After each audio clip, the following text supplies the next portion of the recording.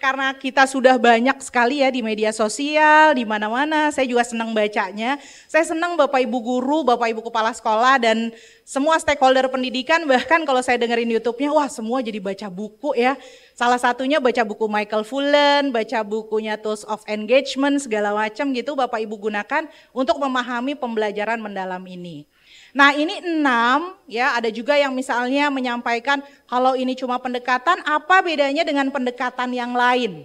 Nah ini kami coba konstruk ya dari yang kita buat, bagaimana kaitannya pembelajaran mendalam dengan pendekatan yang lain ya. Jadi yang pertama itu keterlibatan, jadi bagaimana Bapak Ibu bisa melibatkan siswa. Nah ini sangat menantang karena bisa jadi ya kita mengajar di kelas yang menyampaikan materi saja gitu ya, tidak melibatkan siswa. Nah student collaboration gimana dia mengkaitkan, ini yang mau kita kaitkan dengan pembelajaran bermakna. Ya nanti poinnya lebih kecil, lebih detail lagi. Nah Pak Menteri itu menitipkan Bapak Ibu, di definisi kita ada namanya memuliakan. Ya, nah memuliakan itu adalah bagaimana kita menghargai hubungan antara guru dengan siswa, peserta didik gitu ya. Nah itu adalah salah satu yang mau kita lakukan, bagaimana kita bahkan menerima perbedaan itu, kekurangan siswa, kekurangan kita juga sebagai seorang pendidik. Jadi nanti kalau ada di definisinya itu ya ada bagian memuliakan. Ya. Kemudian berkesadaran. Nah kebetulan saya waktu di Australia itu jadi guru juga Bapak Ibu. Jadi saya ngajar juga di sekolah di Australia ketika saya S3. Nah saya ngajar kimia nih, saya selalu sampaikan ya, kita di awal ketika mengajar kimia yang dilakukan di kelas itu pakai rubrik. Tahu Bapak Ibu rubrik mainan yang dari mana ya, dia dari Moskow ya dia asalnya ya. Kemudian diputar-putar rubrik, terus apa hubungannya main rubrik sama belajar kimia gitu. Ternyata itu adalah hal yang harus kita lakukan ketika anak mempersiapkan anak untuk siap dia belajar. Nah Bapak Ibu tuh mungkin beberapa sudah melakukan bahkan game, ice breaking dan sebagainya. Pengkondisian psikologis yang memungkinkan anak untuk siap belajar ya. Nah kemudian ada namanya budaya belajar. Yang paling penting dengan perkembangan teknologi, informasi dan sebagainya yang sangat luar biasa. Anak kita itu harus kita bentuk jadi lifelong learners. Karena kalau tidak, dia tidak menjadi manusia pembelajar, stop saja ketika Bapak Ibu menyampaikan informasi, udah dia selesai. Dia tidak berpikir ketika misalnya kita menyampaikan sebuah materi globalisasi, dia tidak terpikir untuk mencari tahu sebenarnya itu globalisasi itu apa gitu. Ya, itu budaya belajarnya. Nanti ini kita kaitkan ketika desain pembelajarannya. Bapak Ibu harus tulis kalau di bagian rencana pembelajarannya, apa ya budaya belajar yang mau saya kembangkan dalam pembelajaran deep learning ini. Selanjutnya teknologi digital nih. Nah nanti Bapak Ibu akan lihat lingkaran yang di luar, itu udah ada namanya pemanfaatan digital. Nah sekarang nih kita dapat dapat feedback, udahlah Australia aja udah mengurangi penggunaan digital. Kenapa Indonesia jadi mau pakai digital dalam pembelajaran gitu ya. Nah bagian kita adalah kita malah belum optimal dulu nih digitalnya. Karena kalau PM ya pembelajaran mendalam, Bapak Ibu mau ngecek ini anak belajarnya sudah atau belum ya. Nah digital itu salah satunya membantu supaya kira-kira anak dia melakukan self assessment ya, penilaian individu, saya udah sampai sini, checklist dan sebagainya. Ya jadi itu bagian yang kelima. Nah yang terakhir, ini kalau kita ingat-ingat P5 ya, silahkan kita kalau mau diskusi P5 nih. Di P5 itu ada lintas disiplin lah ya. Nah sekarang kita mencoba bagaimana yang kokurikuler tadi ya, ketika Bapak Ibu mengajar, Bapak Ibu langsung mengkaitkan, contoh saya ngajar kimia. Saya contoh misalnya mengajar plastik polimer ya, kelas 12 misalnya gitu. Ketika saya ngajar polimer, plastik kira-kira, ketika mengajar plastik terkaitnya dengan ilmu apa saja bidangnya Bapak Ibu? Plastik. Ya kimia, akan ajar kimia, apalagi? Seni budaya apa?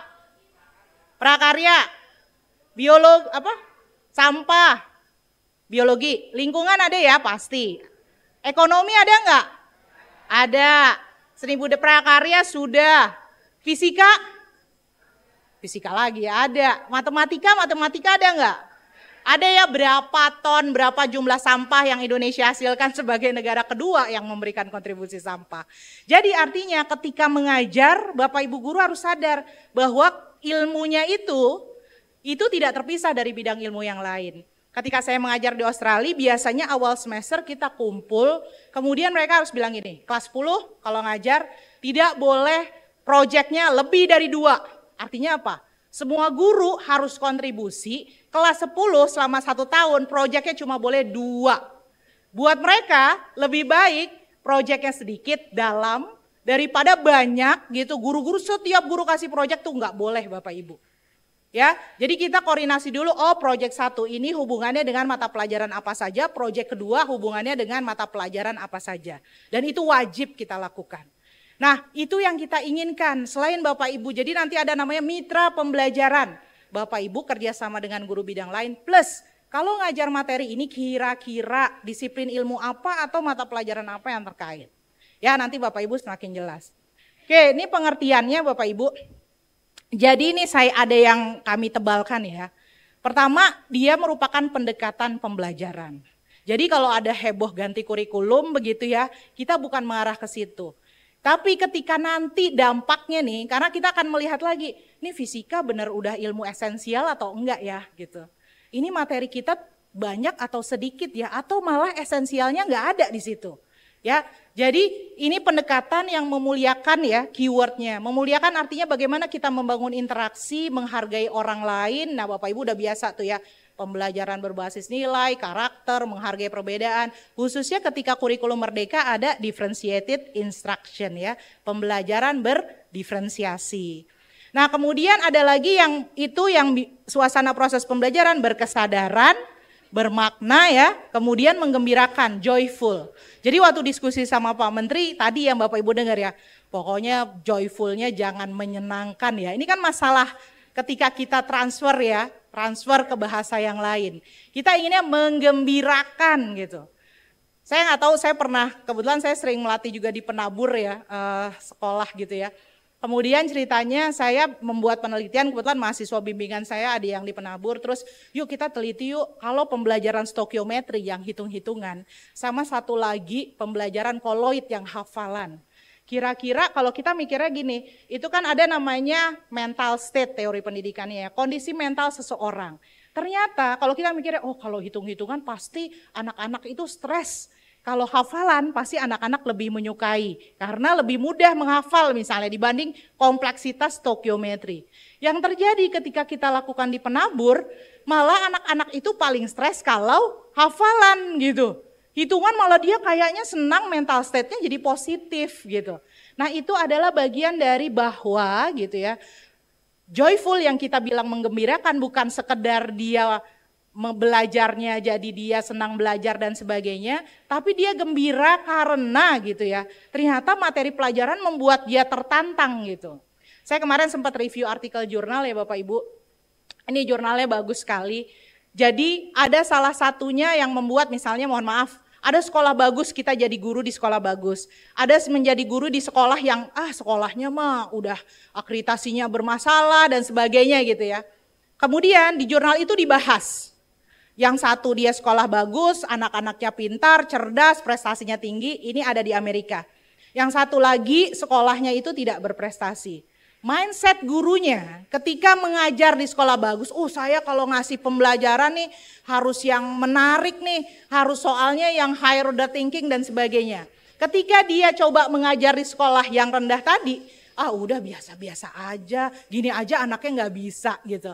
Ternyata cara pandang kita terhadap guru, terhadap anak kita gitu, membuat dampaknya juga terhadap bagaimana kita melihat siswa kita. Ya, nah cara tadi yang menggembirakan kita, motivasi kita sebagai guru tadi kaitannya dengan tipe sekolah berdampak terhadap capaian murid kita. Jadi kalau disertasi saya itu ada namanya teaching with the heart ya, the soul of teaching. Jadi ngajar itu memang dari hati. Nah itu bagian yang mau kita explore di sini. Nah yang terakhir Ki Hajar Dewantara, olah pikir, olah hati, olah rasa. Nanti Bapak Ibu akan saya sampaikan bahwa ketika ngajar ada 3 pengetahuan yang harus disampaikan. Esensial, aplikatif, sama nilai dan karakter. Nah itu yang menantang adalah saya pun kalau ngajar kimia sekarang jadi harus banyak baca. Ini atom gimana ya caranya menyambungkan atom dengan kehidupan sehari-hari. Itu kan partikel-partikel terkecil, bagaimana ya mengkaitkannya. Nah itu cara belajar kita menjadi seorang guru tadi. Oke, ini gambarannya ya Bapak Ibu. pembelajaran mendalam, prinsip pembelajarannya, mindful dan sebagainya tadi, olah pikir tadi, kemudian untuk tadi 8 profil lulusan. Nanti Bapak Ibu silahkan tanyakan nanti ya, kita misalnya diskusi, Bu terus 8 dimensi ini posisinya ada di mana? Silahkan nanti kita bisa berdiskusi, oke? Nah Bapak Ibu ini yang 3 nih, mindful, berkesadaran, bermakna, dan mengembirakan. Jadi kalau kita lihat definisi ataupun gambaran deskripsinya adalah ya salah satunya.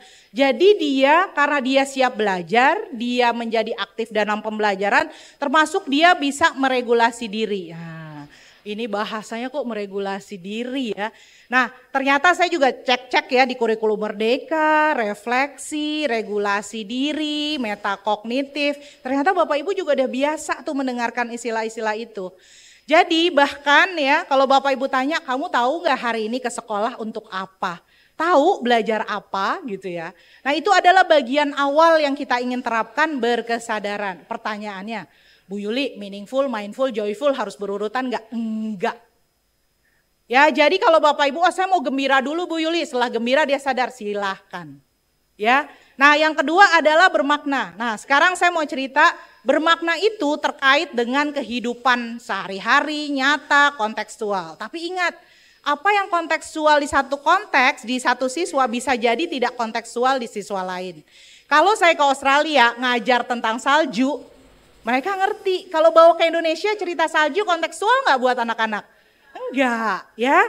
Jadi ya, bingung dia salju kayak apa, ngelihat juga enggak gitu ya. Ngelihat sih di informasi YouTube dan sebagainya ya. Tapi berarti apa? Artinya kita jadi guru gitu ya. Nah harus memahami kalau ini yang kontekstual buat anak-anak kita tuh apa gitu. Nah saya ingat ketika saya dapat hibah UNESCO Learning for Empathy, terus saya ke Surabaya. Saya bicara sama guru bahasa Inggris karena saya membantu bagaimana mengembangkan model pembelajaran yang buat empati. Empati bukan tugasnya agama dan pendidikan Pancasila saja. Matematika, IPA itu juga bertugas untuk mengembangkan empati. Terus bicara sama guru bahasa Inggris, Bu, ini kan tentang teks narasi ya Bu gitu. Gimana caranya menginternalisasi konteksnya anak-anak ke dalam pembelajaran bahasa Inggris, terus khususnya pada teks narasi. Terus dia mikir, oh Bu saya tahu, di kami itu anak-anaknya, bapaknya semua tuh pergi berlayar. Kembalinya itu berbulan-bulan bahkan bertahun baru dia kembali ke rumahnya. Terus akhirnya gini, oke, kita bawa aja cerita tentang ayah. Bapak Ibu tahu nggak ada video yang Thailand tentang ayah yang bekerja keras. Tuh kalau nonton videonya kadang jadi nangis ya kan. Itu dipakai gurunya untuk mengajar bahasa Inggris. Caranya gimana? Dia dengarkan videonya dan gurunya sudah buat lembar kerja yang anak-anak mengisinya itu katanya apa? Oh cry, hardworking ya. Jadi titik-titiknya udah dibuat narasinya, anak-anak tinggal mengisi titik-titik apa yang dia dengarkan dari video. Yang terjadi ketika anak-anak dengarkan video, membuat tadi narasi dari lembar kerja, kerja kelompok, ada yang nangis Bapak Ibu. Ya, jadi itu adalah bagian yang mau kita sampaikan bahwa ini nyambung ya sama saya cerita belajar bahasa Inggris, cerita tentang ayahnya gitu. Nah itu yang tahu Bapak Ibu sendiri. Di lingkungan sekolah saya ada apa ya? Di lingkungan saya anak-anak tuh seperti apa ya? Nah itulah sebenarnya yang mau kita kaitkan dengan bermakna. Nah yang terakhir, nah ini menggembirakan. Saya udah lihat YouTube dan sebagainya ya. Kadang-kadang Bapak Ibu guru memberi contohnya pakai, oh kita pakai games aja jadi gembira gitu. Kalau games yang nggak nyambung sama materi gitu ya, tuh hati-hati juga karena waktu kita terbatas juga. Saya ingat waktu itu saya menghadiri sebuah seminar ya. Tentang sebenarnya guru-guru kalau di kelas tuh bicaranya itu tentang apa sih? Apakah tentang terkait pelajarannya, kehidupan pribadinya, atau keluarganya, atau yang lainnya. Dan itu studinya berbandingan berbagai negara ya Bapak Ibu. Jadi salah satu negara nggak usah disebut namanya, ternyata guru kalau ngajar di kelas lebih banyak curhatnya. Iya tau nggak kemarin saya itu belanja ini loh gitu. Dan itu dihitung waktunya ya Bapak Ibu. Jadi coba Bapak Ibu refleksi kalau ngajar. Nih jangan-jangan saya nggak selama 40 menit mata pelajaran misalnya gitu ya. 30 menitnya curhat, 10-nya baru materi pelajaran gitu. Dan itu diteliti selama 3 tahun Bapak Ibu. Setiap negara, proyek besar dan kita baru sadar ternyata percakapan guru sampaikan di kelas kelas itu. Enggak, tidak semuanya kaitannya sama mata pelajaran. Berarti harus mata pelajaran terus Bu Yuli? Ya enggak. Tapi kalau 75%-nya materi bicara tentang personal dan kehidupan cerita-cerita yang lain kan, jadi ternyata 40 menitnya jadi nggak bermakna gitu ya Bapak Ibu. Nah itu masalah menggembirakan yang 3. Oke, nah ini yang olah pikir, olah hati ya, olah rasa dan olahraga. Jadi nanti di tahapan aplikasi itu ada aktivitas hands on. Nah setiap mata pelajaran itu berbeda. Makanya tadi Pak Menteri menyampaikan ini tidak wajib semua sekolah gitu, kita lagi piloting. Nah sekarang lagi sedang proses Bapak Ibu, saya komunikasi. Karena kita tidak boleh mengambil sebuah misalnya copyright gitu, contohnya khususnya lingkaran yang di luar itu tanpa izin gitu ya. Saya nggak ingin Indonesia jadi di label, ini kok ngambil-ngambil konsep tapi nggak citasi gitu. Tidak izin, makanya Michael Fullen, Pak Menteri waktu itu sama kami semua itu melakukan Zoom meeting. Nah salah satunya adalah bagaimana yang bagian aktivitas ketika mengaplikasi itu adalah Bapak Ibu mengajak anak-anak juga beraktivitas, salah satunya fisik. Apakah harus fisik Bu Yuli aplikasinya? Nah itu karakteristik materinya beda-beda setiap mata pelajaran. Jadi silakan nanti Bapak Ibu saya kaitkan ya nanti bagian dari jenis pengetahuannya. Oke. Nah ini nanti yang mau dipakai. Ini agak lama nih ya Bapak Ibu, pelan-pelan. Di tengah tuh ada pembelajaran mendalam PM ya. Keseluruhannya namanya kerangka kerja. Kerangka kerja yang kami gunakan, kerangka kerja yang Bapak Ibu gunakan ketika Bapak Ibu mengajar mengaplikasikan PM ya. Yang di luar sana, yang paling lapisan yang pertama, bisa nggak ini? Nggak bisa ya, ini layar ya. Oke, yang di sana ada 8 keimanan ya, keimanan dan ketakwaan terhadap Tuhan Yang Maha Esa, tuh ya. Kemudian kewargaan bukan kewarganegaraan. Mungkin dulu kalau di profil pelajar Pancasila namanya kebinekaan global ya. Bukan cuma jadi warga negara, dia juga warga negara global ya. Kemudian yang ketiga kreativitas, ini sama nih profil pelajar Pancasila. Kreativitas, kemudian ada penalaran kritis. Ini dimensi ya Bapak Ibu, karena kata kerja kompetensi ada kata kerjanya. Di dimensi profil lulusan. Oke. Kreativitas sama benalar kritis. Nah, waktu profil pelajar Pancasila, ada namanya gotong royong. Gotong royong katanya ada 2 sebenarnya, kolaborasi sama komunikasi. Nah, ini kita breakdown, kenapa di breakdown Bapak Ibu? Ternyata kemampuan komunikasi anak-anak kita ada masalah juga, jadi kita keluarkan salah satunya. Salah satunya adalah mudah-mudahan dengan mengeluarkan ini nanti jadi berpengaruh kepada proses pembelajaran, anak-anak kita diminta mengkomunikasikan baik lisan maupun tulisan. Anak-anak kita kan senang dengan gadgetnya ya Bapak Ibu ya, bahkan kemarin ada yang bilang ke saya, Bu Yuli tahu nggak, kecanduan gadget itu udah sampai ke dokter, banyak sekali peningkatan jumlahnya di sekolah kami. Sampai harus bikin kelas inklusi karena kecanduan gadget ya. Ya Allah tuh luar biasa sekali ya. Nah jadi ini hubungannya, profil ini dari mana Bu Yuli? Tujuan pendidikan nasional. Selama tujuan pendidikan nasionalnya tidak berubah, berarti kesehatan gitu ya. Kemudian nanti yang komunikasi kita breakdown, Tuhan Yang Maha Esa ya tetap ada di sini. Oke. Nah sekarang kita pindah nih yang lingkaran yang biru. Nah itu adalah prinsip pembelajaran yang harus ada. Berurut nggak? Enggak, di mana aja ada. Selama Bapak Ibu ketika mengajar ingat, berkesadarankah anak-anak saya, bermaknakah pembelajaran saya, menggembirakankah pembelajaran saya gitu ya. Itu prinsip. Yang di luar, nah ini nih yang sedang banyak ini ya, Will ini sintak atau bukan ya gitu.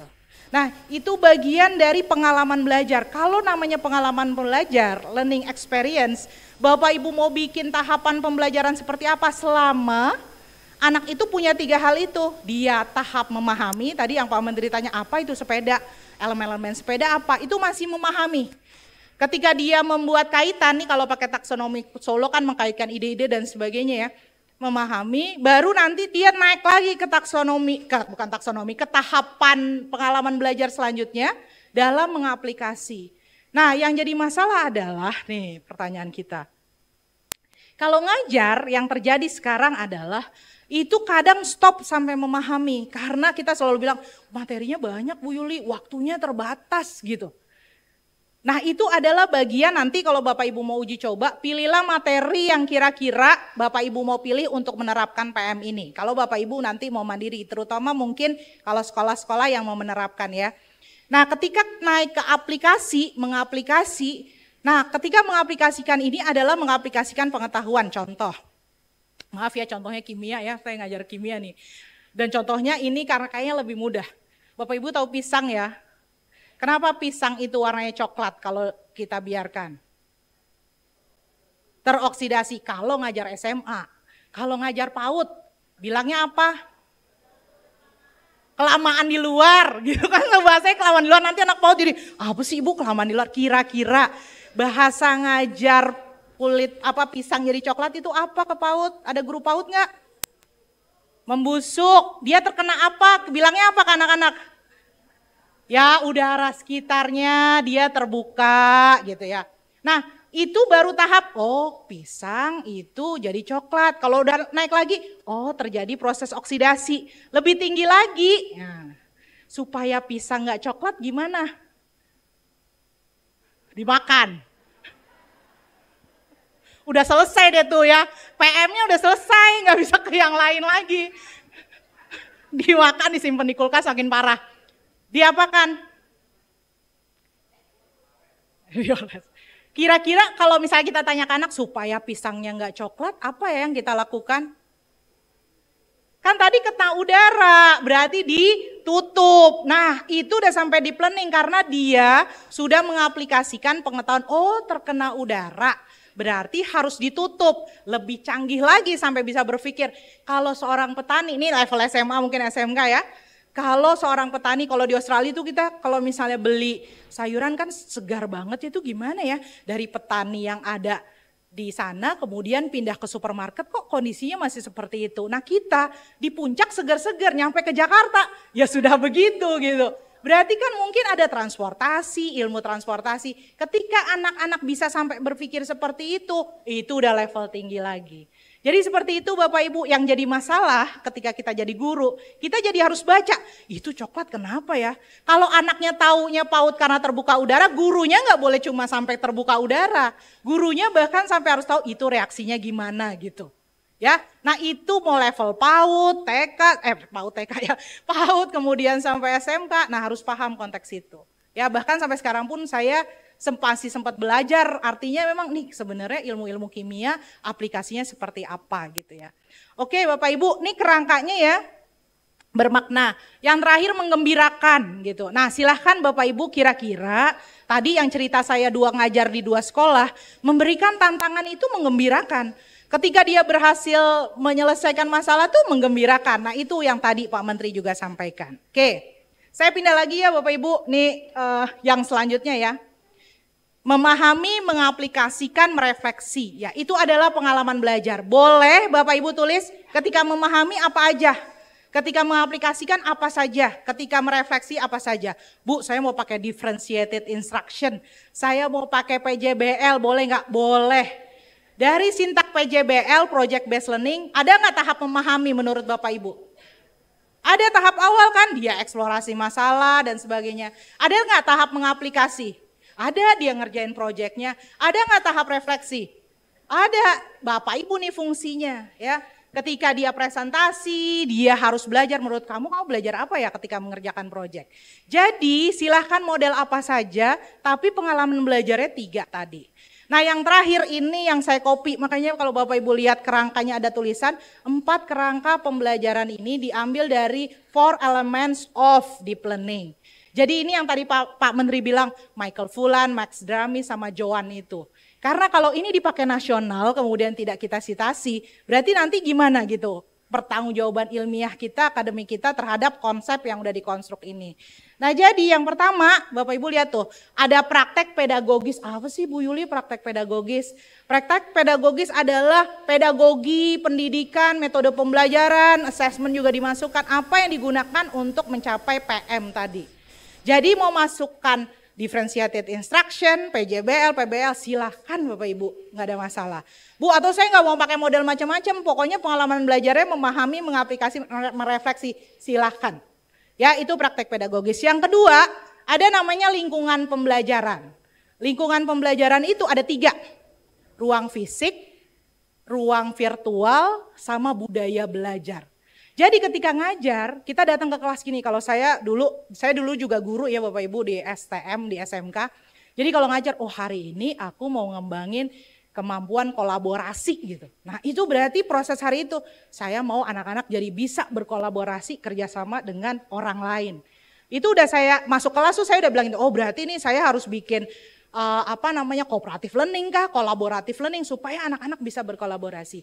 Nah budaya belajar apa yang mau Bapak Ibu kembangkan? Berpikir kritis, kreatif, problem solving, apa yang mau dikembangkan. Nah itu bagian dari lingkungan belajar. Kemudian ada namanya lagi kemitraan pembelajaran. Kemitraan pembelajaran tuh ada dalam sekolah, luar sekolah ya. Jadi Bapak Ibu kalau misalnya oke anak-anak, anak PAUD, kita ke penjaga kebun sekolah ya gitu. Terus tanya jawab tuh ke penjaga kebun sekolah, topiknya apa? Tanaman gitu. Saya waktu di Australia itu mitra pembelajarannya penjaga kantin sekolah. Jadi ketika mengajar itu, saya mengajar environmental science, kemudian kita mau lihat sampah-sampah yang ada di lingkungan sekolah, terus anak-anak analisis gitu ya. Setelah anak-anak analisis, terus mereka putuskan, kayaknya kita mau diskusi dengan permasalahan sampah sandwich yang ada di kantin di sekolah di Australia itu, terus mereka datang ke kantin, wawancara, tanya jawab ke penjaga kantin sekolah, nanya nih gimana nih apa yang terjadi. Ke kebun sekolah, setelah itu bikin kompos dan sebagainya gitu ya, ke kebun sekolah. Ya jadi itu adalah mitra pembelajaran yang kita gunakan. Oke, yang terakhir adalah pemanfaatan digital. Bapak Ibu saya tanya, kalau modul ajar kemarin pakai aplikasi nggak? Pakai, semua guru enggak ya? Mungkin ada yang pakai Canva dan sebagainya, nggak promosi Canva, tapi artinya modul ajarnya itu kan udah penggunaan digital. Sekarang kalau proses pembelajaran, ada yang pakai misalnya Padlet atau Quizizz, Kahoot dan sebagainya dipakai juga ya selain nanti dengan assessment. Jadi kita mau lihat bagaimana Bapak Ibu merencanakan, melaksanakan, menggunakan assessment dengan memanfaatkan digital.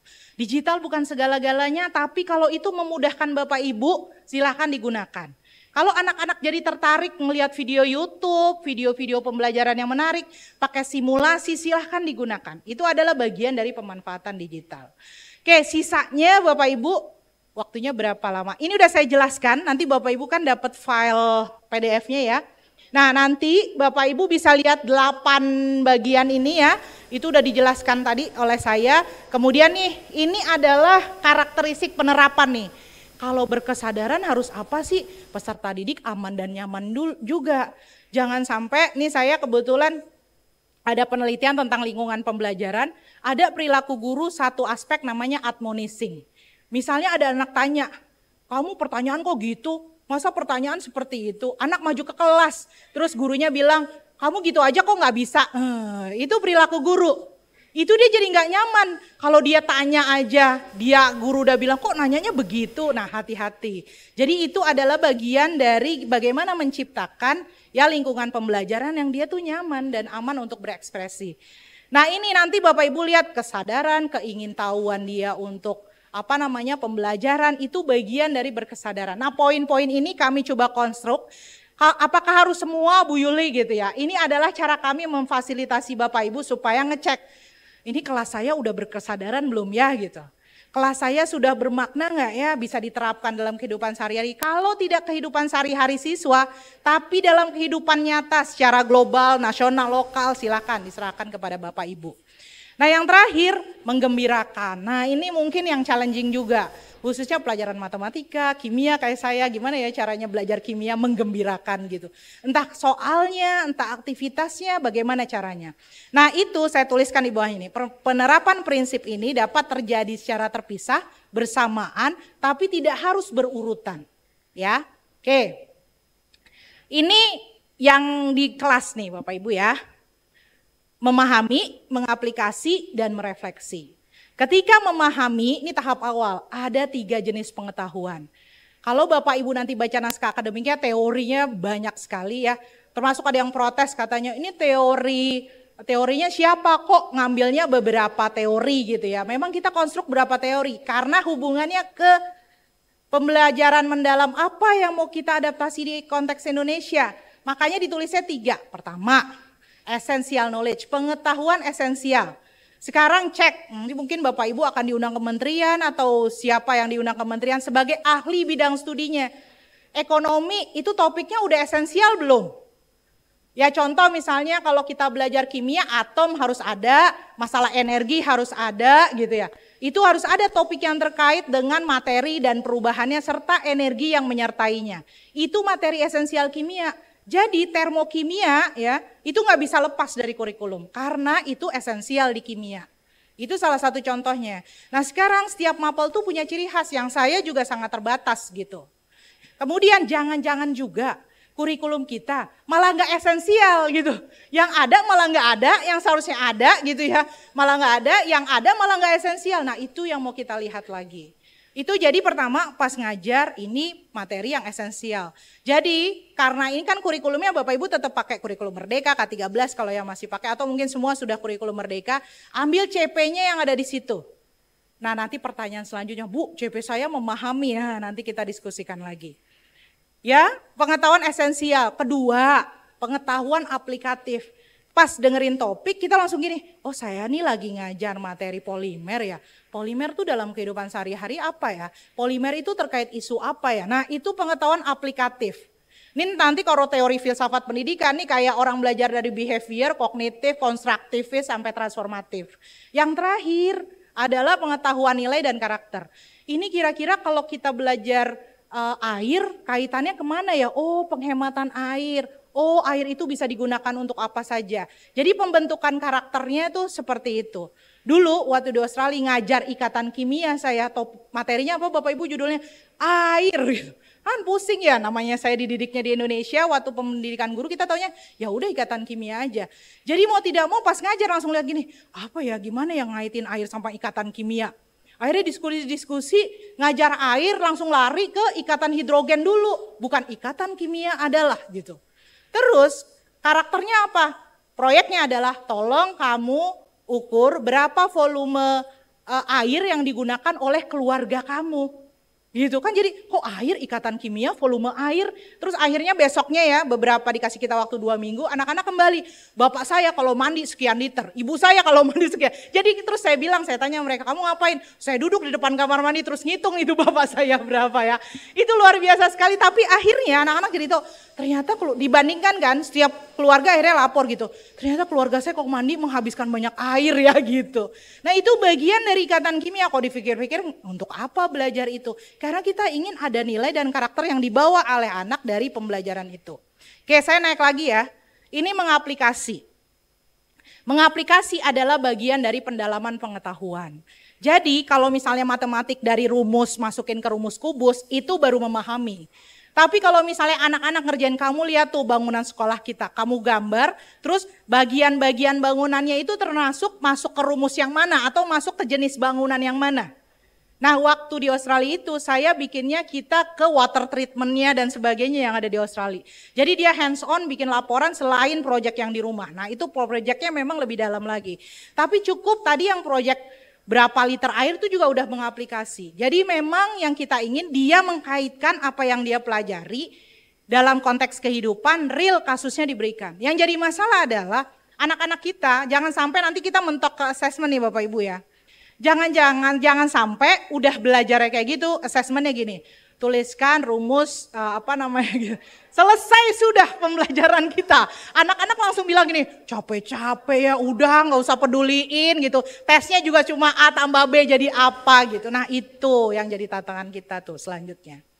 Oke, yang terakhir adalah regulasi diri. Bahasa kerennya metakognitif. Saya nggak tulis bahasa Inggrisnya nih semua di sini ya. Jadi regulasi diri adalah ya.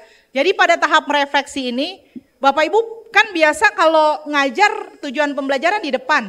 Pernah nggak Bapak Ibu disampaikan depan kelas tujuan pembelajarannya misalnya 4, terus bilang ke anak-anak, oke kita cek ya anak-anak, kita sudah mencapai nggak tujuan pembelajaran hari ini?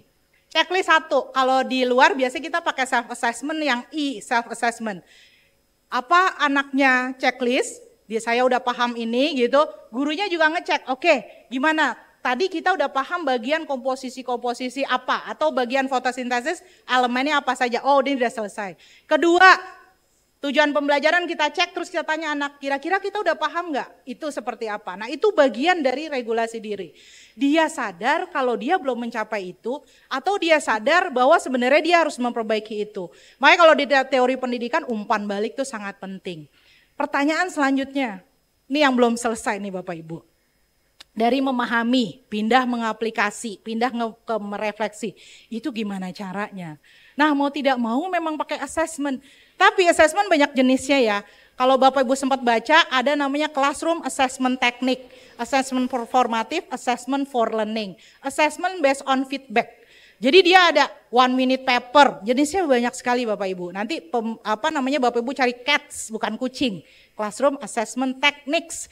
Itu bisa ngecek, misalnya kita checklist tujuan pembelajaran tercapai atau enggak, terus anak udah sampai belum berpikir, kemampuan berpikirnya ya. Atau kalau sempat baca buku ada lagi model of teaching ya dari Joyce. Itu udah ada nama pendekatan yang tadi Pak Menteri sebutkan, information processing. Nah itu bagian dari proses ini. Oke, ini udah ya. Nah ini yang tadi saya sampaikan karakteristiknya apa udah kami tuliskan. Kayaknya kalau misalnya karakteristiknya menghubungkan pengetahuan baru dengan pengetahuan sebelumnya. Kemudian memberikan kebebasan eksploratif. Contoh. Pelajaran IPS nih kami coba-coba contohnya itu banyak mata pelajaran ya Bapak Ibu, mudah-mudahan bisa mengakomodasi ya. Kalau misalnya enggak berarti mungkin contohnya lagi nanti dielaborasi. Ini contoh pelajaran IPS tentang permasalahan sosial di masyarakat. Jadi ketika tahap memahami dia udah tahu tuh diberikan informasi tentang permasalahan apa saja kan di teorinya ada ya. Permasalahan sosial terdiri dari apa saja, kemiskinan terjadi karena apa, bla bla bla dan sebagainya. Itu baru level 1 tuh. Dia baru sampai tahap itu. Selanjutnya kita kasih real data kemiskinan di Indonesia. Saya punya teman S3 waktu di Australia. Penelitiannya apa Bapak Ibu?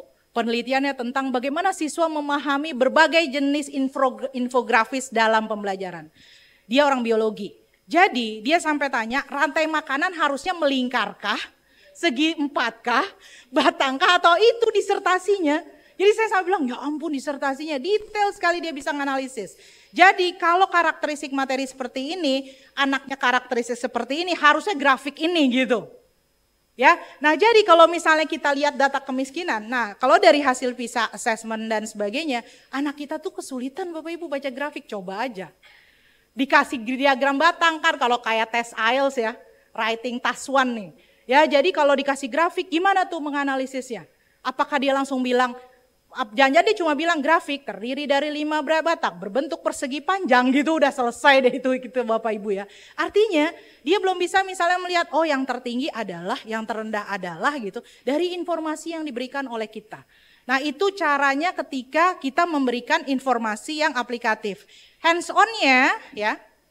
Ini namanya pengetahuan aplikasi, ini data kemiskinan. Kita kasih tahu, nih ada data, nih ada grafiknya. Hands on-nya pas mengaplikasi, kita minta dia menganalisis. Dia kerjakan reportnya, dia kerjakan mengkaitkan dengan, itu mengaplikasi. Udah naik tahap tuh Bapak Ibu. Ya, oke. Nah ini nanti Bapak Ibu baca ya, apa sih pengetahuan esensial? Contoh, bahasa. Ini saya tanya sama profesor bahasa nih. Bahasa tuh apa sih esensialnya? Harus belajar kosakata, tata bahasa, pengetahuan wacana, sama keterampilan berbahasa. Itu pengetahuan esensial. Aplikatifnya apa? Bagaimana memahami cara menggunakan keterampilan menulis. Terus pengetahuan nilai karakternya apa saja? Kalau di medsos jangan suka nyakitin orang lain gitu. Bahasanya adalah bagaimana menggunakan bahasa gitu ya untuk membangun hubungan baik, tidak menstimulasi konflik. Nah, jadi Bapak Ibu bisa lihat ya esensial, aplikatif, sama nilai dan karakter. Nah itu memahami. Kita pindah lagi ketika mengaplikasi. Nih Bapak Ibu udah paham. Misalnya persamaan linear pengetahuan dasarnya. Pendalaman pengetahuannya kalau linear pakai buat data keuangan gitu ya misalnya keuntungan bisnis, penjualan produk. Nah itu aplikasi ya. Sekarang kita pindah lagi merefleksi nih emosi, regulasi dan sebagainya ya. Jadi kalau misalnya kira-kira termasuk gimana caranya ya anak itu bisa mengelola emosi. Nah jadi saya ingat waktu profesor saya itu salah satunya yang ngebimbing itu adalah dari Amerika. Dia ngajarnya di universitas, terus dia bilang gini, saya kadang di tengah pelajaran itu anak-anak diminta meditasi gitu ya.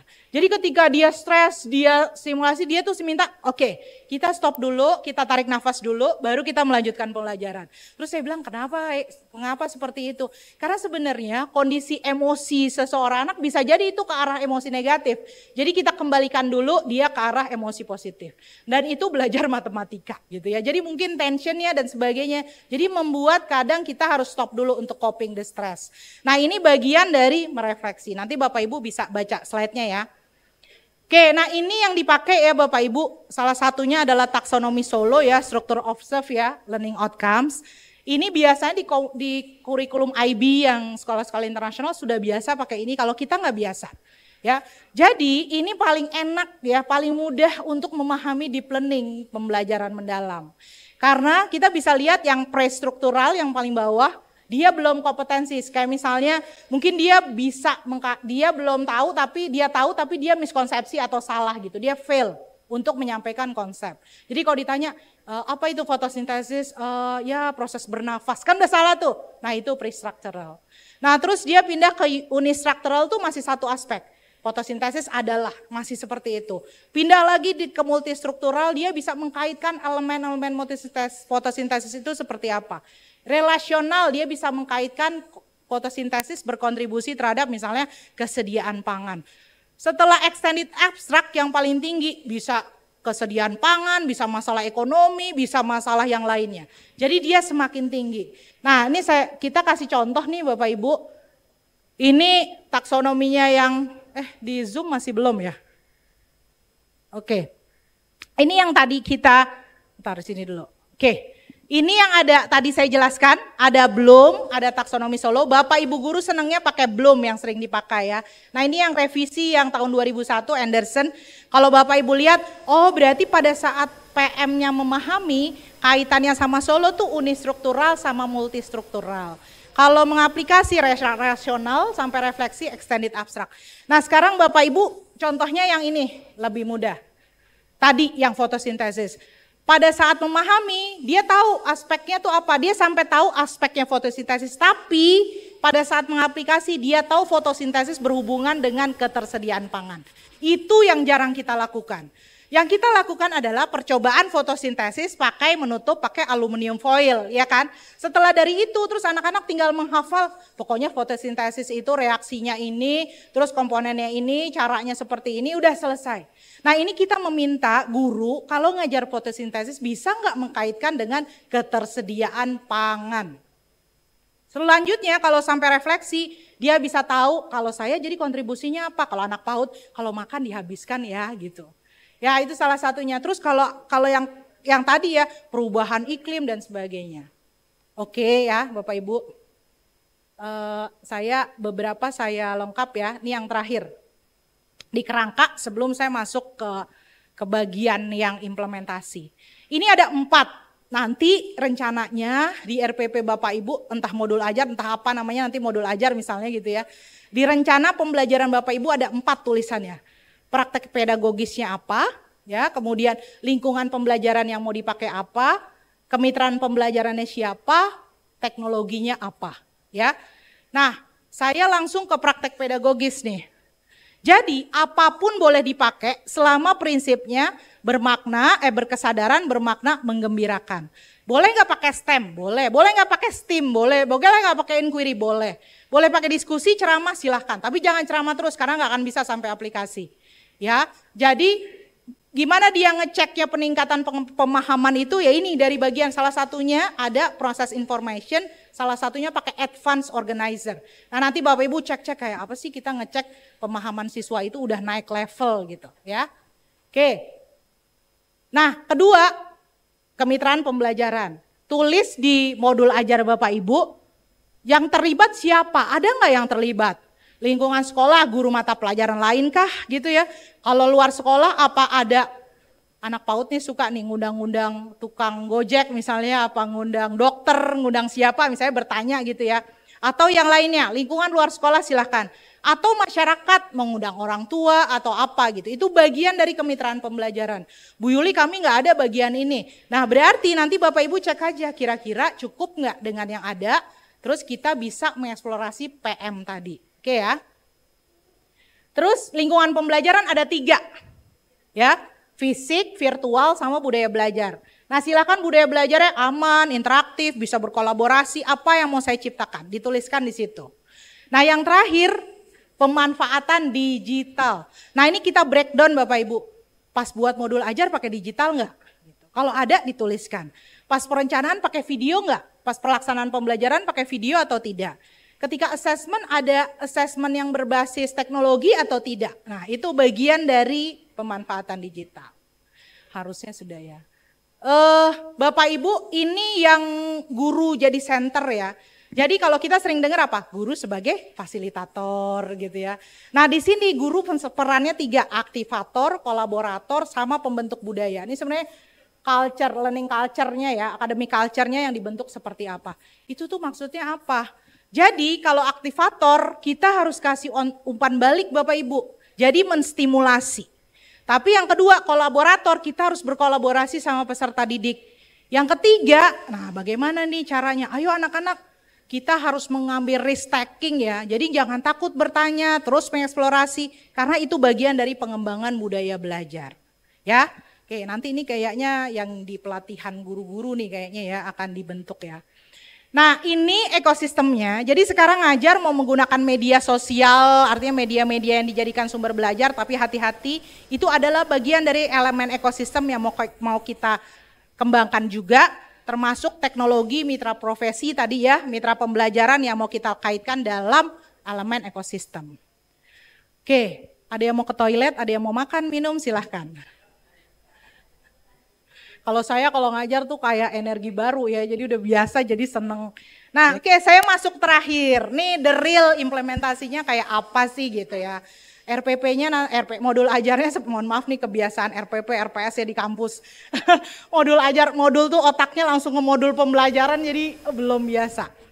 Oke, ini implementasi pembelajaran mendalam. Saya mau breakdown jadi 3. Pertama perencanaan, kedua pelaksanaan, yang ketiga assessment.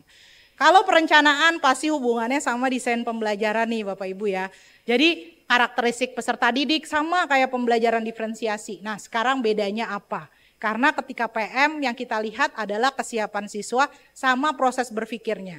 Jadi kalau tahu Prof. Stella Cognitive Science ya itulah ilmunya beliau gitu ya. Bagaimana dia bisa mengkonstruksi, bagaimana pemahaman konsep dan sebagainya ada di sana. Oke, saya ke perencanaan dulu ya. Ini dibagi 4 ya Bapak Ibu. Jadi desain pembelajaran Bapak Ibu di modul ajar nanti dibagi 4. Ya kalau mau menerapkan PM, yang pertama identifikasi. Cek dulu muridnya itu karakteristiknya apa. Bu Yuli berarti harus pakai gaya belajar, instrumen gaya belajar ini dan itu gitu. Enggak usah. Bapak Ibu itu kalau teori pendidikan, Bapak Ibu itu adalah living teori di dalam diri Bapak Ibu. Masa mengajar 10 tahun pasti udah paham kan anak-anak kita seperti apa misalnya gitu. Kayaknya nih anak kelas kita tuliskan aja. Kalau mau pakai riset tambahin instrumen silahkan. Tapi coba kira-kira kalau anak-anak mau belajar mendalam gitu ya. Dia paham konsep, kira-kira apa ya yang harus kita pahami tentang diri anak kita. Jadi identifikasi kesiapan peserta didik. Kedua materinya. Ada materi yang fakta sekali, ada yang prosedural kalau bicara teorinya. Tapi kira-kira tuliskan aja, ini materi ini sulit dipahami nih. Bertahun-tahun saya ngajar, materi ini selalu miskonsepsi, tulis. Jadi kalau ngajarnya harus kesini dulu. Nggak boleh mengajar misalnya kalau di kimia misalnya kelarutan gitu ya. Masih ada namanya nama lain ya. Kelarutan tapi ternyata dia perkalian aja nggak hafal. Oh banyak di medsos ya Bapak Ibu. Itu bener apa konten gitu ya. Anak-anak SMA ditanya perkalian ternyata nggak bisa ya. Nah ternyata itu mau belajar kimia kalau matematikanya perkalian nggak hafal. Misalnya 4S pangkat 3 ditanya S mana yang dibagi mana yang diakar dia nggak tahu. Ya itu adalah bagian identifikasi selain kesiapan. Juga karakteristik mata pelajaran, oh mata pelajaran ini memiliki tingkat kesulitan, tapi bisa diaplikasikan dalam kehidupan sehari-hari, tulis ya. Nah yang terakhir adalah dimensi profil lulusan, ada 8, ini bisa sih nyambung ke agama, ini bisa sih. Nah sekarang pertanyaannya Bapak Ibu, Bu Yuli gimana ya taunya kita nyambung dan sebagainya, tulis dulu. Karena ini urusannya panjang nih Bapak Ibu. Kalau dalam kurikulum tuh nanti turun ke SKL, turun, nah udah nanti aja urusannya. Sekarang ada 8 profil lulusan, kira-kira pembelajaran Bapak Ibu tuh nyambungnya kemana. Oke, satu ya, identifikasi. Kedua, desain pembelajarannya. Kurikulum Merdeka, capaian pembelajaran cek, capaian pembelajaran yang mana, CP-nya. Kemudian yang kedua, topik pelajarannya apa, ya topiknya. Nah, topik ini Bapak Ibu harus ingat, ini nyambungnya ke bidang ilmu yang mana. Nah, kalau di PAUD mungkin ada tema, topik ya, dan sebagainya ya, ini bedanya. Kemudian lintas disiplin ilmu tulis, ini berhubungan dengan matematika, apa gitu, misalnya mata pelajaran atau bidang ilmu. Setelah itu tuliskan lagi tujuan pembelajarannya, yang biasa Bapak Ibu lakukan, tapi harus nyambung tuh sama yang di atasnya. Selanjutnya ada 4 dimensi tadi, ya dimensi lingkungan belajar, praktek pedagogis itu dimasukkan apa aja komponennya. Baru merancang pembelajaran desainnya itu memahami, mengaplikasi dan merefleksi. Ya, nah 3 ini tadi mau pakai model tertentu atau enggak juga enggak apa-apa. Ya yang penting pengalaman belajarnya memahami, mengaplikasi dan merefleksi. Terakhir assessment. Ini di awal pembelajaran assessmentnya pakai apa? Oh kita pakai tanya jawab diskusi, oh kita pakai tadi ya misalnya observasi, oh kita pakai portofolio, kita pakai tes Bu Yuli, silahkan dituliskan. Awal, proses, dan akhir. Oke ya, penampakannya seperti ini Bapak Ibu. Oke, ini peserta didik identifikasi ya, peserta didiknya seperti apa, materinya seperti apa, dimensi profilnya seperti apa. Pas bagian desain Bapak Ibu tulis sampai pemanfaatan digital yang paling bawah. Ya, jadi nanti Bapak Ibu lihat PPT-nya, Bapak Ibu bisa lihat tadi yang saya sampaikan tuh identifikasi seperti apa. Pengalaman belajarnya nih maaf ya karena ini nggak bisa. Ini awal, inti itu di dalamnya ada memahami, mengaplikasi, merefleksi di inti.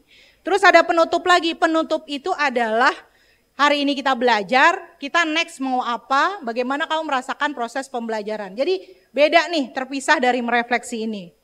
Terus prinsip pembelajarannya ada di mana? Tulis ini berkesadaran, bermakna atau hanya menggembirakan atau hanya apa. Terus kami sempat buat ininya ya,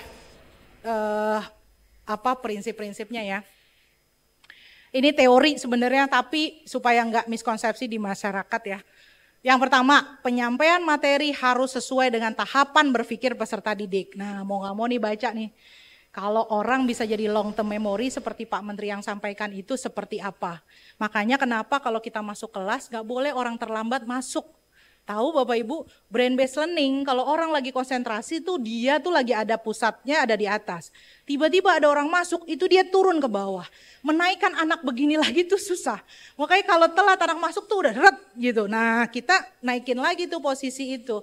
Posisi kesiapan dia belajar. Jadi ingat-ingat kayak tadi, kalau kita belajar sesuatu perkalian belum beres, itu cek dulu perkaliannya gitu. Kalau di kimia CaOH 2 kali, cek dulu ionisasinya CaOH 2 kali beres atau enggak. Jangan-jangan Ca plus OH 2 min, udah bermasalah tuh. Kita nggak bisa lagi pindah ke larutan dan sebagainya atau rumus kimia karena dia ionisasi aja bermasalah. Nah checklist itu kita butuhkan Bapak Ibu. Yang paling tahu siapa? Bapak Ibu guru yang ngajar. Ya. Kedua, strategi pembelajaran apa saja boleh digunakan selama prinsipnya berkesadaran, bermakna dan mengembirakan. Ketiga, penerapan pembelajaran usahakan lingkungan sekitar. Jadi jangan sampai bicara sampah, dia nggak pernah lihat sampah. Kemarin bimbingan saya cerita tentang racun tikus. Terus saya tanya, kamu ngajar pakai racun tikus? Ceritanya tuh tentang kimia unsur ya, dia mau cerita arsen sebenarnya. Terus saya tanya, terus anak-anaknya emang paham racun tikus? Enggak Bu, ternyata karena di rumahnya enggak ada tikus gitu. Terus saya langsung bilang, ya itu kan jadi enggak bermakna buat anak-anak kamu ngomongin arsen. Habis bingung Bu, contohnya apalagi kalau cerita kimia unsur. Nah itu sebenarnya masalahnya. Karena kita jadi dipaksa belajar untuk tahu ini nih aplikasinya sehari-hari ini apa, sesuai konteks anak-anak kita gitu. Terus yang keempat, yang tadi udah ya, tidak simultan ya. Terus yang kelima, pengalaman belajar, ya ini nih. Direfleksi sesuai langkah pembelajaran dan kondisi anak-anak kita. Makanya pertanyaan Bu Yuli, memahami, mengaplikasi, merefleksi harus 1 kali pertemuan? Enggak. Ya, nah ini yang makanya kalau kita lihat Bu Yuli kan materinya banyak banget. Makanya memang sekarang kondisinya kalau Bapak Ibu mau mengimplementasikan coba lihat materinya emang ada konsekuensinya nih. Agak lama. Namanya juga pembelajaran mendalam gitu ya. Mungkin yang tadinya 3 kali pertemuan ya geser jadi 4 gitu ya. Atau mungkin ada materi yang bisa dikaitkan, oh berarti ini bisa dikaitkan. Kan Bapak Ibu punya ATP yang sebenarnya bebas ya kan bisa kemana saja. Nah kemudian sintak-sintak silakan dipakai. Kemudian yang ketujuh, pengalaman belajar itu dilakukan dalam beberapa langkah. Tadi yang Bapak Ibu lihat. Nah yang olah hati, usahakan semuanya nggak cuma kognitif, sikap sama tadi ya spiritual dan sebagainya dikembangkan. Lintas ilmunya mau multi sama inter nggak usah pusing. Pokoknya sebenarnya itu nyambungnya sama topik yang mana gitu ya. Kemudian pembelajarannya disesuaikan dengan karakteristik materi pelajaran masing-masing. Nah di PPT ini ada nih, tapi memang kalau Bapak Ibu lihat kira-kira agama seperti apa ya, IPS kayak apa ya, ini ada di PPT-nya. Kemudian yang 4 sampai terakhir, assessment yang terakhir yang mau saya highlighted. Assessment kita ada 3, assessment as learning, refleksi diri siswa, assessment for learning, formatif yang feedback, assessment of learning yang judgment dia bisa atau tidak di akhir. Ya, oke. Saya lanjut, ini PM mata pelajaran nanti Bapak Ibu baca ya agama seperti apa contohnya, kira-kira pendidikan Pancasila, matematika, ini mungkin belum semua ya, contohnya ada 6 mata pelajaran. Kemudian ini contoh kalau Bapak Ibu mau punya inquiry kan ada 6 sintak, terus mau dimasukkan ke pengalaman belajarnya jadi 3 ini, nah ini memahami sampai merumuskan masalah, mengaplikasi sampai mengumpul data dan analisis, ini masih mengaplikasi nih, menarik kesimpulan dan komunikasi, refleksi tahap ke-7 dan 8. Ya, itu bagiannya. Kalau nyambung sama inquiry. Kalau nggak ada itu, sekali lagi nggak apa-apa. Ya, jadi Bapak Ibu punya pengalaman belajar itu. Nah, ini contohnya. Ini contoh di SD tentang ekosistem. Identifikasi dulu peserta didiknya, identifikasi mata pelajarannya, ekosistem terkait dengan kehidupan pada lingkungan dan sebagainya. Checklist dimensi profil lulusannya yang mana, capaian pembelajarannya di kurikulum Merdeka diambil, topik pelajarannya apa kan ada ya, topik pelajarannya apa, tujuan pembelajarannya di breakdown seperti yang Bapak Ibu pahami. Yang beda adalah ada praktek pedagogis, mitranya siapa, lingkungan pembelajarannya apa, pemanfaatan digitalnya apa. Setelah itu bikin tahapan pembelajaran nih awal ya, awal tuh seperti apa, kemudian ini memahami itu seperti apa, mengaplikasi seperti apa, misalnya memahami ekosistem itu. Nah ketika di tahap pemahaman ekosistem itu apa, itu masih level yang 1 yang rendah, baru kita tindak lanjuti lagi sampai anak ke Kali Ciliwungnya. Kalau nggak ke Kali Ciliwungnya, pakai video Kali Ciliwungnya, diminta anak-anak menganalisis. Saya dulu waktu ngajar polimer di plastik, tuh kayak anak TK ya, dicoret-coret gitu tuh, dicoret-coret. Bapak Ibu lihat di Zoom nggak? Oke, nah nanti berarti ini udah waktunya saya menutup ya, mohon maaf ya Bapak Ibu, ini tugas saya menyelesaikan 62 slide ya. Nah, ketika mengaplikasi, waktu saya ngajar polimer itu, Bapak Ibu ingat kura-kura yang kena sedotan, ya tahu gak yang di YouTube? Kura-kura kena sedotan, itu awal saya ngajar polimer pakai gambar itu. Menstimulasi anak, oh ternyata plastik itu membuang sampah dan sebagainya. Nah di sini diajak ke Kali Ciliwung, mungkin anak-anak kan nggak tahu Kali Ciliwung seperti apa, atau sulit sekolah bawa ke Kali Ciliwung. Cari aja gambarnya gitu ya, yang kira-kira anak bisa berdiskusi di sekolah dan menganalisisnya. Oke ya, sampai kemudian inti, kemudian sebagai penutup. Oke ya. Oke, ini assessmentnya. Nah, ini contoh perjenjang. Saya pakai gambar aja. Ini di PAUD, sebenarnya udah banyak juga pasti Bapak Ibu laksanakan. Ini contohnya dia ke penjual tanaman hias, belajar tentang tanaman. Terus yang dari dulu contohnya adalah biji kacang hijau dengan kapas dari saya SD ya, sampai sekarang biji kacang hijau dan kapas. Ya tolong ya guru PAUD agak-agak beda dikit, kapas tambah apa kayak gitu ya. Tapi ini yang ditemukan nih mahasiswa saya yang S3 PAUD ya. Terus ini PAUD, kemudian kalau di SD silahkan nih Bapak Ibu solar panel. Jadi sekarang anak-anak disuruh ngukur kalau rumahnya segini kira-kira berapa butuh energinya, ya agak-agak dalam gitu ya. Lebih dalam lagi jadi sekarang untuk dipahaminya. Terus ini di SMP, di sini juga ada solar panel juga, energi terbarukan tuh topik yang dari SD, dari PAUD sampai tingkat kuliah juga selalu digunakan ya salah satunya. Nah ini SMA, nah ini yang waktu itu bimbingan saya ya, mengajar termokimia tapi mengkaitkan dengan bahan bakar ramah lingkungan, terus itu di sekolah anak ini STEM ya Bapak Ibu, bikin desain kapalnya terus lomba. Bagaimana dia menggunakan bahan bakar ramah lingkungan, terus siapa yang duluan gitu. Nah terus di SMK nih paling deep learning SMK ya Bapak Ibu. Karena SMK udah ada teaching factory, udah ada dunia industri, pokoknya luar biasa. Ya ini bagian dari implementasi yang mungkin, tapi kan setiap jenjang ada karakteristiknya ya. Tapi itu adalah, kebetulan saya lulusan SMK ya, Semakbo dulu ya. Jadi kayaknya nih SMK sekali lah yang aplikasinya dalam kehidupan gitu. Nah ini pendidikan khusus, nah saya nih salah satu minat saya juga, jadi saya bekerja dengan salah satu yayasan, ini kalau ini dari Direktorat PMK ada satu foto di ujung sana, saya membuat pembelajaran kimia buat anak tunanetra ya, jadi karena kan biasa di sekolah inklusi ada anak tunanetra, gurunya suka bilang NaOH, lupa bilang ada anak tunanetra di sana nggak tahu A-nya di bawah, apa A-nya di atas, apa A-nya capital letter, itu lupa disampaikan.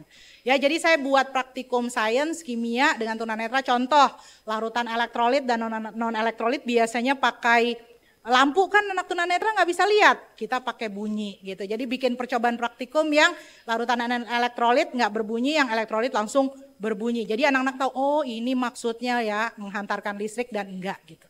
Oke, nah ini bagian pendidikan khusus ya Bapak Ibu. Nah yang terakhir assessment. Jadi sekarang self assessment wajib. Nah anak diminta, nih anak nggak biasa nih Bapak Ibu melakukan assessment diri sendiri. Saya udah mengerti atau tidak konsepnya. Kalau kita lakukan peer assessment ada tantangan juga. Anak-anak kita suka nggak enak sama temennya ya kan, dikasih nilai anaknya tinggi-tinggi sekali. Jadi nah kita harus mengkombinasikan nih seperti ini. Assessment as learning sebagai pembelajaran, assessment for learning untuk pembelajaran ya, refleksi guru kita.